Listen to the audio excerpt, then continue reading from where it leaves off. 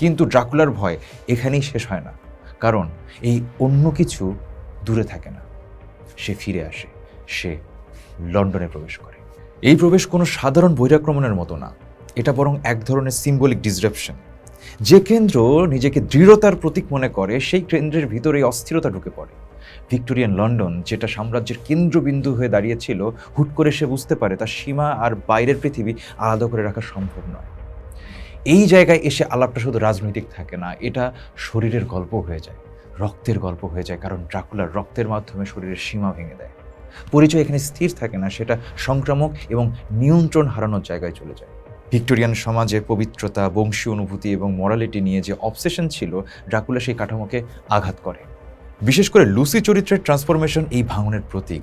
যে নারীকে একসময় আইডিয়াল ফেমিনিটি অর্থাৎ পবিত্র, সহনশীল, সংযত হিসেবে দেখা হতো, সে হঠাৎ করে কামনার এক অচেনা, অস্থির রূপে পরিবর্তিত হয়।